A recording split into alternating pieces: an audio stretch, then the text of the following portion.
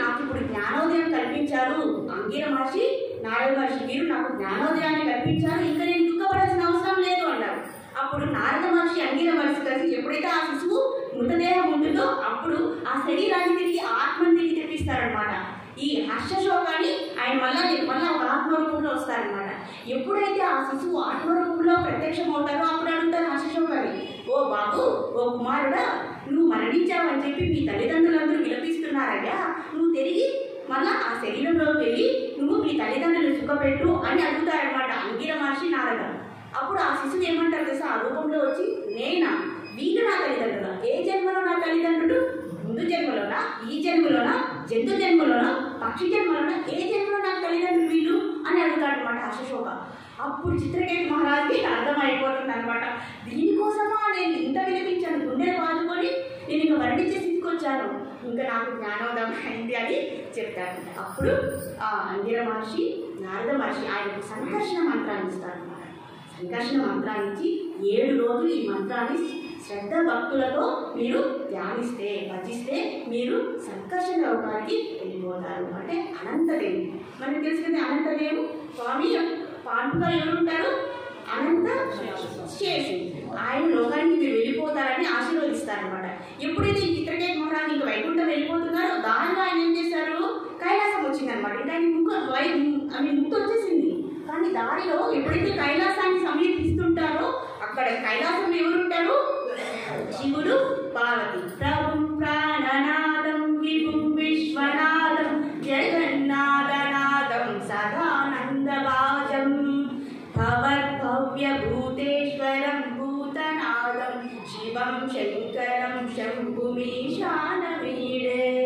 మన శంకరుడు ప్రత్యక్షమవుతారన్నమాట. శంకరుడు ఏం చేస్తుంటారంటే పార్వతీదేవిని తన ఒడిలో కూర్చోబెట్టుకొని చుట్టూ మహర్షి కూర్చొని ఉంటారనమాట. చుట్టూ మహర్షి కూర్చుంటే ఏం చెప్తుంటారు తెలుసా, భాగవతంలో వైరాగ్యం అనేటువంటి విషయం మీద చర్చిస్తూ ఉంటారనమాట. ఎవరు, శివుడు పార్వతికి మిగిలిన మహర్షులందరికీ వివరిస్తూ ఉంటారనమాట. ఎప్పుడైతే చిత్రకేతు మహారాజు కైలాసానికి వెళ్తారో ఈ చిత్రాన్ని చూస్తారు. ఇదేంటి, ఈయన సర్వసంగ పరిత్యాగి భార్యని ఒడిలో కూర్చోబెట్టుకొని వైరాగ్యం గురించి, ఆ వైరాగ్యమైనటువంటి వ్యక్తుల మధ్య చెప్తున్నాడేంటి అని నవ్వుతారు. ఎప్పుడైతే నవ్వుతారో ఇంకా శివుడు కూడా నవ్వుతారనమాట. ఆయనకి ఏమీ లేదండి, ఆయన ఏం తీసుకోవాలి అసలు, ఎందుకంటే ఆయనకి సర్వజ్ఞానం, ఆయన తెలుసు కదండి మనకి ఆయన గురించి, వైరాగ్య ఆయన. కానీ అక్కడే ఈయన జరగాలని కానీ పార్వతీదేవికి కోపం వచ్చేసింది అనమాట. పార్వతీదేవికి కోపం వచ్చి, ఏంటి నువ్వు వైకుంఠం వెళ్తున్నావనా, నీకు ఈ అహంకారం, నువ్వు రాక్షసుడుగా జన్మించుగా భూలోకం అని శాపం ఇచ్చేస్తుంది. ఆయనే వృత్తాసురుడు. ఇంకా చిత్రకేతు మహారాజు ఏమంటారండి, చూడండి చిత్రకేతు మహారాజు ఎలా ప్రవర్తించారు. ఎప్పుడైతే ఆయన తప్పేమీ లేదండి ఇక్కడ, ఆయన ఎందుకు నవ్వారు తెలుసా, ఎంత బాగా శివుడు మేనేజ్ చేస్తున్నాడు ఈ వైరాగ్యం గురించి, ఇలా ఎంత బ్యాలెన్స్ చేస్తూ చెప్తున్నాడు, ఏది అంటించుకోకుండా అనే భావనతో నవ్వారు తప్ప వేరే ఉద్దేశం లేదండి, ఏతో నవ్వలేదు, ఆ భావం వేరేగా ఉంది. అది శివుడికి అర్థమైంది, కానీ పార్వతీదేవికి అది అర్థం కాలేదు. ఆమెకి ఉగ్ర రూపం దాల్చి శాపం ఇచ్చేసింది.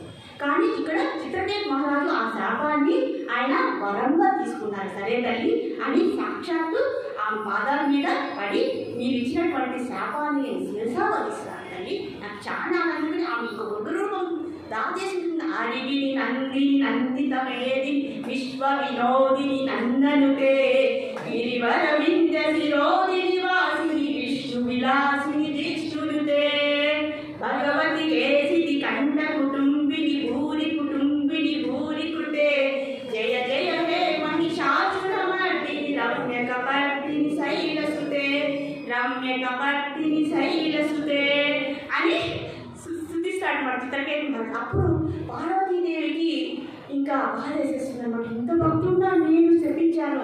వెంటనే పరమశివుడి దగ్గరికి వెళ్ళిపోతుంది, అయ్యా నేను చేసినటువంటి నిజంగా నేను అపరాధం చేశాను కదా అని అడుగుతుంది అనమాట. అప్పుడు శివుడు అంటారు, ఖచ్చితంగా నువ్వు అపరాధం చేశావు, ఒక మహాభక్తుడికి శాపం ఇచ్చావు, పర్వాలేదు, ఇది కూడా ఆయనకి ఉపయోగపడుతుంది. ఇందుకు ఇలా మీకు ఒక డౌట్ రావచ్చు, ఆయన వైకుంఠానికి వెళ్ళిపోతున్నాడు కదా, మళ్ళీ ఈ శాపం ఏంటి, శాపం యొక్క ఆవశ్యకత ఏంటి? భగవంతుడు ఎప్పుడు కూడా ఒక పని చేస్తాడండి, మనకు ముక్తి లభించినప్పుడు ఇంకా మనలో ఏమన్నా చిన్న చిన్నమైనటువంటి పాపాలు ఉంటే వాటిని వెంటనే తీసివేయడానికి ఒక జన్మని ఇస్తాడు. ఆ జన్మ ఇక్కడ ఆ శాపమే వరంగా వృత్తాసురుడిగా జన్మించాడు. అందుకే మనం చూసాం కదా, ఒక రాక్షసుడిగా ఆయన ప్రతాపం చేస్తాడు. ఆ తర్వాత వెంటనే భక్తుడిలాగా మాట్లాడతాడు. ఓ దేవాది దేవా, నా ఇంద్రియాలన్నీ నీ సేవకు ఉపయోగిస్తాను అని ఎన్నో చెప్తాడు. నేను వృత్తాసుడు అక్కడ భక్తుల్లాగా కనిపిస్తాడు ఇంద్రుడికి. ఇంద్రుడికి ఆశ్చర్యం అయిపోతుంది, ఇదేంటి భక్తుల్లాగా మాట్లాడుతున్నాడు, నేను ఇప్పుడు మనం బ్రహ్మహత్య చేయాలా అని అర్థమవుతుంది. ఈ విధంగా అక్కడ యుద్ధ సమయంలో ఆయనకి భక్తి అనేది గుర్తొస్తుందండి. ఇక్కడ చూడండి, మనకు భక్తి అనేది మనకు ఒక జన్మ నుంచి ఇంకొక జన్మకు వెళ్తుంది, కానీ ధనం అనేది ఒక జన్మ నుంచి ఇంకొక జన్మకి ట్రాన్స్ఫర్ అవ్వదండి. అది అండి భక్తి యొక్క గొప్పతనం. ఇక్కడ ఆధ్యాత్మిక సంపద అన్నిటికంటే గొప్పదండి. అర్ధానం అర్ధనే ఉంటుంది. అర్ధాన్ని మనం సంపాదిస్తే మనం ఇవన్నీ ఉంటుంది రేపు, కానీ భక్తి అలా భక్తి జన్మలకు మన వెంట వస్తుంది. కాబట్టి ఇక్కడ వృత్తాసురుడికి భగవంతుడు భక్తి చేసినటువంటి జ్ఞానాన్ని ఆ యుద్ధ సమయంలో ఇచ్చారు. ఆ యుద్ధ సమయంలో మనసుని భగవంతుడి మీద కేంద్రీకరించారు. ఇంద్రుడు ఆయన్ని నరికి మరీ చంపారు. ఆయనకి ఎటువంటి కష్టము నొప్పి ఇక్కడ జరగలేదు. అది అంటే చిత్రకేతు మహారాజు యొక్క వృత్తాంతం.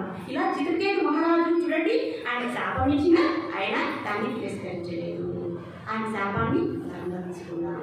అలాగే మనం ఇంద్రదుమ్న మహారాజు చూసాం కదండి, గజేంద్రుడు గురించి మీరు విన్నారనుకుంటా నేను.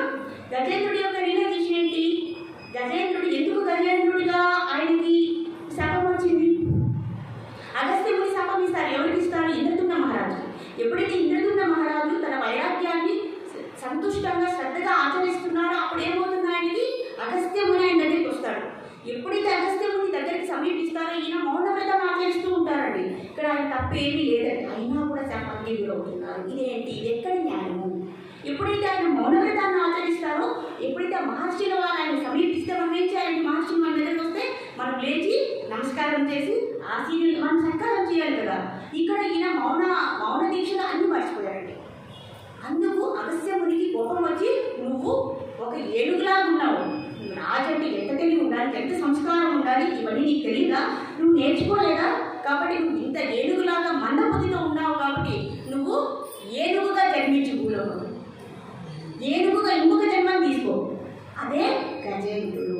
ఎప్పుడైతే గజేంద్రుడు ఆ చిత్రకూట పర్వతం దగ్గర ఆయన గజేంద్రుడిగా వచ్చేసారు, ముందు చేసినటువంటి భక్తిని మొత్తం మర్చిపోయారు. ఇంకా నేను పెద్ద ఏనుగుని, గజేంద్రుడిని, ఈ మలయాచల పర్వతాల్లో నాకు ఎదురు ఎవరు లేరు అని అందరినీ శాసిస్తూ ఉంటారన్నమాట. ఆ అహంకారం అనేది గజేంద్రుడిలో ఉంది. ఆ గజేంద్రుడి యొక్క అహంకారాన్ని అణగదొక్కడానికే ఇక్కడ నీళ్ళు అనేది జరిగిందనమాట. ఎప్పుడైతే ఈ ముసలి వచ్చి, ఎప్పుడైతే గజేంద్రుడు నీరు తాగడానికి ఆ తటాకం దగ్గరికి వస్తారో వెంటనే ఏం చేస్తారు? ఆయనకి ఎంతో మంది భార్యలు ఉంటారు, ఎంతో మంది పిల్లలు ఉంటారు. ఎప్పుడైనా చూడండి, మనము ఈ భౌతిక ప్రపంచం ఎక్కువ మహదానందంగా ఉన్నామనుకోండి, డబ్బుతో సంపదతో పొంగిపోతూ ఉన్నామనుకోండి, అప్పుడు వెంటనే వచ్చేది దుఃఖము, దైవ చోదితం. దీనికి మనం జాగ్రత్తగా ఉండాలి. ఇది అసలైన శాశ్వతమైనటువంటి ఆనందం కాదు. వెంటనే మనకు ఒక దుఃఖం రాబోతుంది అనేటువంటి జ్ఞానం మనం కలిగి ఉండాలి. దుఃఖం తర్వాత సంతోషం, సంతోషం తర్వాత దుఃఖం, రెండూ మిథ్యనే అని ఎవరైతే గుర్తు పెట్టుకొని ఉంటారో వాళ్ళే ఇక్కడ సర్వైవ్ అవ్వగలరు అంటే, వాళ్ళే ఇక్కడ బతకగలరు అన్నమాట. కానీ గజేంద్రుడు అన్నీ మర్చిపోయాడు. నాకు ఇంత పరపతుంది, నేను ఇంత గొప్పవాడిని, నన్ను ఎదిరించే వాళ్ళే, నన్ను చూసి పులులు కూడా సింహాలుగా పారిపోతున్నాయి, నాకు అవి పూజ చేస్తున్నాయని పొంగిపోతుంటాడు. ఎప్పుడైతే నీళ్ళలో దిగి స్నానం అయిన తర్వాత ముసలి ఇవన్నీ చూసుకుంటుందన్నమాట. పూపు అనేటువంటి గంధర్వుడు శాపరూపంలో ముసలిగా వచ్చేసింటాడు అనమాట. ఎప్పుడైతే ఈ గజేంద్రుడి యొక్క అహంకారం చూశారో వెంటనే కాలు పట్టేసుకుంటాను. ఇలా 1000 సంవత్సరాలు జరుగుతుందండి యుద్ధం. ఎవరి మధ్య? గజేంద్రుడికి ముసలి. గజేంద్రుడు అనుకుంటా ఈ ముసలి ఎంత, దీని బతుకెంత, ఒక తన్నుదంటే ఈ ముసలి ఒక 10 ఆమల్లో పడిపోతుంది అనుకుంటారు అన్నమాట. అలా ఒక కాలంతో ప్రయత్నిస్తారు, 2 కాలంతో ప్రయత్నిస్తారు, 4 కాలంతో ప్రయత్నిస్తారు, వాళ్ళ భార్యలందరూ ప్రయత్నిస్తారు, వాళ్ళ బంధువులందరూ ప్రయత్నిస్తారు, కానీ ముసలి నుంచి విడిపించుకోలేనటువంటి స్థితి వచ్చేస్తుంది అనమాట. గజేంద్రుడు ఎంతో ప్రయత్నం చేస్తాడు. ఆయన ఆ ముసలి నుంచి, భార్య నుంచి ఆయనకు అర్థమైపోతుంది. ఇప్పుడు గుర్తొస్తుందండి, ఎప్పుడైతే మనకు అతి కష్టం, డేంజర్ గుర్తొస్తే దేవుడా అనే పదము మనకి గుర్తొస్తుంది. అప్పుడు ప్రార్థన చేస్తాడండి గజేంద్రుడు. శ్రీ గజేంద్ర ఉవాచ ఓం నమో భగవతే తస్మై యతయేతచ్చిదాత్మకం పురుషాయాది బీజాయ పరేషాయాది ధీమహి. ఇప్పుడు వస్తుందండి బాధలో మనకు దేవుడు గుర్తుకొస్తాడు. గజేంద్రుడు అంటున్నావు, దేవుడా, ఓ దేవాది దేవుడా, నీకు నా నమస్కారములు. ఇక్కడ ఏమంటున్నాడు? ఓం నమో భగవతే తస్మై యతయే తచ్చిదాత్మకం. ఈ ఆత్మ నువ్వు ఇచ్చావు, ఈ దేహాన్ని నువ్వు ఇచ్చావు. దేహం అనేది ఎలా వృద్ధి చెందుతుంది? ఆహారంతో. ఆత్మ అనేది ఎలా వృద్ధి చెందుతుంది? పురుషాలాది బీజాల. అందరికీ ఆది బీజము నువ్వే. పురుషాలాది బీజాల, పరేషాలాది బీజమని బ్రహ్మ శివ దేవతలందరూ నిన్ను కొలుస్తారు అని ఇక్కడ స్తుతిస్తున్నారంట భగవంతుడిని. మన నమో నమస్తే కిలకారణాయ నిష్కారణాయ అద్భుత కారణాయ సర్వాధమన్నాయ మహానవాయ నమో పర్గాయ పరాయణాయ. ఇక్కడ ఏమన్నారు? అన్ని కారణాలకి సర్వకారణకారుడు. మేము పుట్టడానికి మరణించడానికి ఒక కారణం ఉంది. నువ్వు పుట్టడానికి కారణం లేదు, అసలు నీకు పుట్టుకే లేదు, పుట్టుగా లేదు, మరణము లేదు. అందుకే నేను నిష్కారణాయ అంటారు. నీకు ఒక కారణం లేదు, నువ్వు ఫస్ట్ నుంచి, నువ్వు మొదటి నుంచి ఉన్నావు, ఆది నుంచి ఉన్నావు. నీకు ఆది లేదు, అంతము లేదు, నాకు ఉంది అని ఇలా స్తుతిస్తున్నాడు. మన కారణాయ నిష్కారణాయ, ఇలా అద్భుత కారణాయ. కాబట్టి నిన్ను అద్భుత కారణాయ అంటారు. ఇలా పొగుడుతున్నాడు అనమాట భగవంతుడిని. ఇంకా ఏమంటున్నారు ఈయన? ఇంకా ఏమేమి స్తోత్రాలు దాంట్లో? ఏకాంతినో యశ్చన కించనార్థం వాచంతిగే భగవత్ ప్రపన్న అత్యద్భుతం తచ్చరితం సుమంగళం కాయంత ఆనంద సముద్రం. శుద్ధ భక్తులకి నీవు తప్ప ఎటువంటి కోరికలు లేవు. శుద్ధ భక్తులు ఎప్పుడు కూడా నీ భక్తి చేస్తుంటారు. వాళ్ళకి ఎటువంటి భౌతిక కోరిక లేదు. నీ కీర్తన గురించి, నీ లీలల గురించి వాళ్ళు ఎప్పుడు ఆనందిస్తూ ఉంటారు అని ఇలా కోరుతున్నాడు. ఇంకా ఏం చెప్తున్నారు? లోకములు లోకేశులు లోకస్తులు విన్నతుడి అలోకంబకు పెంచీకటి నన్ను ఎవ్వడు ఏకాంతుడై ఉంటునో అతడినే నేను సేవించును. చూడండి, భగవంతుడు సృష్టి స్థితి లయకారకుడు. సృష్టి చేస్తారు, పాలిస్తారు, లయం చేసుకుంటారు. ఎప్పుడైతే ప్రళయం అనేది వస్తుందో, ఒక కల్పానికి, రెండు కల్పాలకు ఒకసారి పాశ్చాత్య కల్పం వస్తుంది, ఒకసారి కంప్లీట్గా ప్రళయం వస్తుంది. అప్పుడు అన్నీ మునిగిపోతాయి. సూర్య చంద్రాదులు కూడా ఉండవు. ఆ చీకటిలో కూడా నువ్వు ప్రకాశం సూర్య కోటి సమప్రభ నువ్వు వెలుగుతూ ఉంటావు. మిగతా అంధకారంగా ఉంటుంది. ఈ లోకాలన్నీ కూడా, ఈ సృష్టి అంత అంధకారంగా ఉంటుంది. కానీ నువ్వు ఒక్కడే సూర్య కోటి సమప్రభగా వెలుగుతూ ఉంటావు. అలాంటి వాడు వచ్చి నన్ను కాపాడుగాక. ఇక్కడ గజేంద్రుడు ఏమన్నాడు? ఓ దేవా దేవా నువ్వు వచ్చి నన్ను కాపాడు అనడం లేదు. లోకములు లోకస్తులు ఇలా ఏమైనా కూడా ఎవరు శాశ్వతంగా ఉంటారో అతడు వచ్చి నన్ను రక్షించుగాక అని అంటూ ఉంటాడు. ఇంకా పోతన భాగవతంలో ఏం చెప్పాడు? ఇంకొక శ్లోకం ఏంటి? లోకములు అయిపోతాడు. ఇంకొకటి ఏంటి? ఎవ్వరిచే జనించు జగమెవ్వరి లోపల ఎందు లీనమై ఎవ్వరి ఎందుడిందు పరమేశ్వరుడు ఎవ్వడు మూల కారణం ఎవడు అనాది మధ్యలో ఎవ్వడు సర్వము తానైన వాడెవ్వడు వాని ఆత్మలో ఈశ్వరుడే శరణము వేడుదని ఇక్కడ చెప్తున్నారండి. ఎవరితో ఈ సృష్టి సృష్టించబడిందో, ఈ సృష్టి ఎవరిలో ఉందో అతడే వచ్చి అన్ని కారణాలకు ఎవరు కారణమో అతనే వచ్చి నన్ను రక్షించుగాక. ఇక్కడ దేవతలందరూ చూస్తున్నారండి ఈ వింత. ఒక పక్క ఏనుగు లాగుతుంది, ఒక పక్క ముసలి లాగుతుంది. కానీ దేవతలందరూ ఇచ్చిస్తున్నారన్నమాట. ఎందుకు? గజేంద్రుడు ఆ దేవతలను రమ్మనడం లేదు. ఎందుకంటే దేవతలను మన దగ్గర పోయినామనుకోండి, మనకి వరం ఇస్తారు, ఆ గండం వస్తుంది, మళ్ళీ ఇంకొక గండం వస్తుంది. అప్పుడే వస్తుందండి. ఇలా మనిషి జన్మలో సుఖం వస్తుంది, దుఃఖం వస్తుంది, కష్టం వస్తుంది, సుఖం వస్తుంది. ప్రతి కష్టంలో మనం భగవంతుని పిలుస్తూ ఉంటామా? ఈ జన్మ ఉంటే కాదు, ఎన్నో జన్మలు. ఇలా ఎన్నిసార్లు అండి మనం భగవంతుని కోరికలు అడుగుతాము? అది కాదు. కోరికలే లేనటువంటి ముక్తి అనేది నాకు కావాలి. ఇక్కడ గజేంద్రుడు గ్రహిస్తున్నాడు కాబట్టి చెప్తున్నాడు. ఇంకా చెప్పాడనమాట. ఎలా చెప్తున్నాడు? ఇంకా నాకు ఈ జన్మ వద్దు, ఈ కర్మ వద్దు, ఈ సంసారం వద్దు, ఈ సెంటిమెంట్స్ ఇవన్నీ నాకు వద్దయ్యా. మాతృ ప్రపన్న పశుపాశ విమోక్షణాయ ముక్తాయ ఊరి కరుణాయ నమోదయాయ ఇలా అంటున్నాడు. ఏమంటున్నాడు స్వామి? నేను నీకు శరణాగతి పొందుతున్నాను. నాకు ఈ జన్మ వద్దు, ఈ కర్మ వద్దు, ఈ సంసారం వద్దు, ఈ బిడ్డలు వద్దు, ఈ బంధావ్యాలు నాకు కష్టమే వద్దయ్య నాకు. ఇప్పుడు చూడండి, ఒక భిక్షగాడికి మనం భిక్ష వేస్తాం, ఆ సమస్య తీరిపోతుందా? కానీ భిక్షం ఎత్తకుండా చేయడమే అసలైనటువంటి భాగవత కర్మ. అలాగే మనం ఇక్కడ భిక్షాన్ని వేగి అని అర్థిస్తున్నాం భగవంతుడిని. అవునా కాదండి? చెప్పండి. భిక్ష ఎత్తుకోవాల్సిన అవసరం లేదండి భగవంతుడు. No need to beg from God, we have to give God. ఏమి ఇవ్వగలం మన సైడ్ నుంచి? భక్తిని, ప్రేమని ఇవ్వగలం. ఎందుకంటే అన్నీ ఆయనవే, మన దగ్గర ఉండేది ప్రేమ మాత్రమే. మాతృ ప్రపంచ పశుపాశ విమోక్షణాయ, నువ్వు నాలాంటి పశువు, నిన్ను ప్రార్థిస్తే నాకు ముక్తిని ఇస్తావు. ముక్తాయ ఊరి కరుణాయ.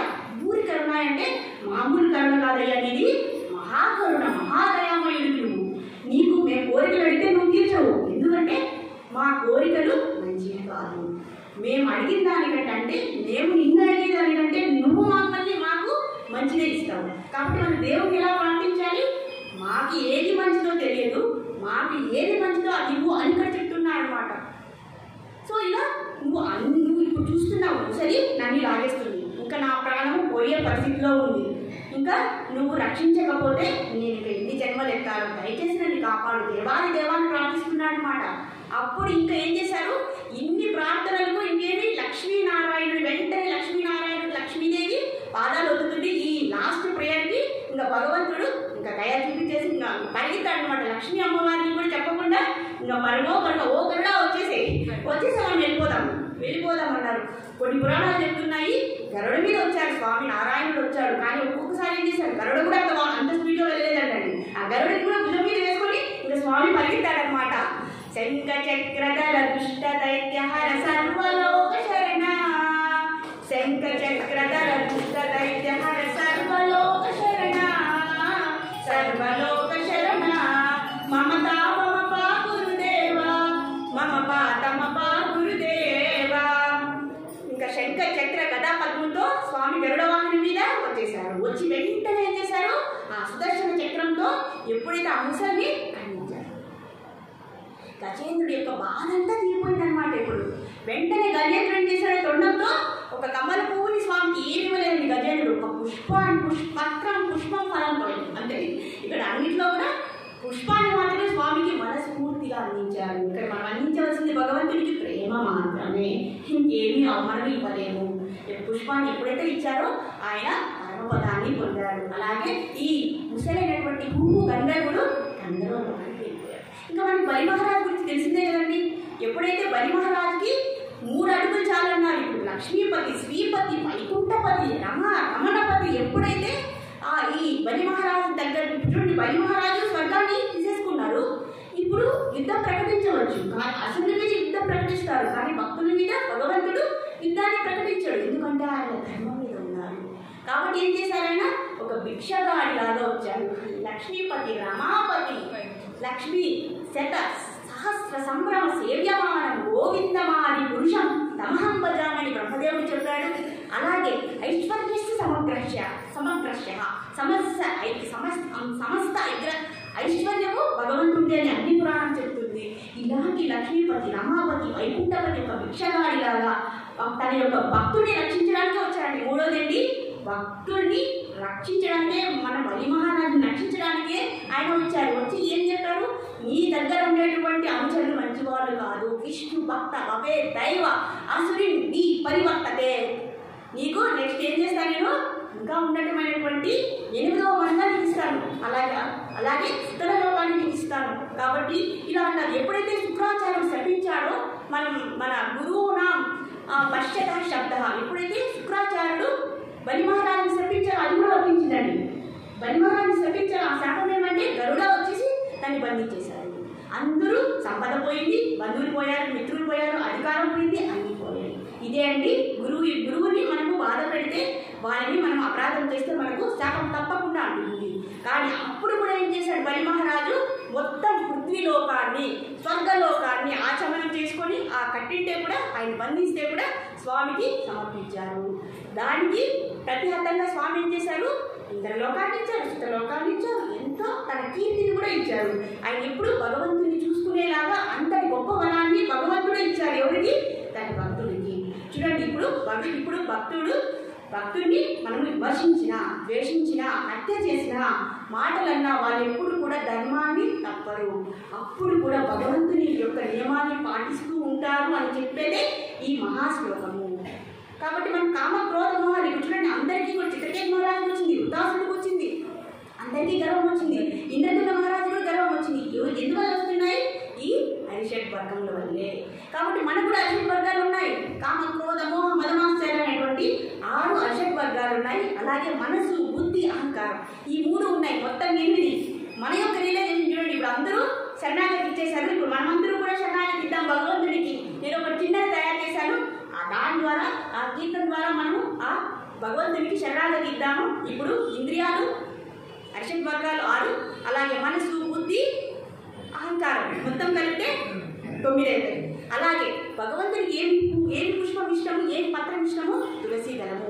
ఈ 9 + 1 అనే తులసి దళం అనే భక్తిని ఎప్పుడైతే మనము భగవంతుడు మనకు 6 బాణాలు ఇచ్చేశాడు. ఈ బాణాలు మన మనసుని గుచ్చుకుంటూ ఉన్నాయి. అవునా కదండి? వీటితో మనం పోరాడలేకపోతున్నాము. అన్నిటికంటే కష్టమైంది యుద్ధం చేసేది అరిషడ్ వర్గాలతో. అవునా కదా? ఈ గుచ్చుకునేటువంటి బాణాలు మనం ఏం చేయాలి? ఈ బాణాలని అలాగే ఈ 3 విషయాలు 9 బాణాలని మనం ఏం చేయాలి? వాటిని ఏం చేయాలి? భక్తి అనేటువంటి పత్రాన్ని తయారు చేసి 10 పుష్పాలుగా తయారు చేసి ప్రేమ అనే పరిమళాన్ని దానికి జత చేసి అలాగే మమకారం అనేటటువంటి ఒక మాలను తయారు చేసి తిరిగి భగవంతునికి మాలగా మనం సమర్పిస్తున్నాము. భగవంతుడు మనకు బాణాలు ఇస్తే ఆ బాణాలన్నింటినీ కూడా మనము పుష్పాల కింద తయారు చేసి ప్రేమ అనే పరిమళాన్ని మనము యాడ్ చేసి మాలనే మకరంగాన్ని ఆ మమకారం అనే మాలని భగవంతునికి మాలగా మనం అర్పిస్తున్నాం. ఇదే మన యొక్క శరణాగతి. ఇంతకు మించిన శక్తి మనకు లేదు. ఇది మీ అందరికీ ఉపయోగపడింది అని భావిస్తూ హరే కృష్ణ కృష్ణ కృష్ణ హరే హరే.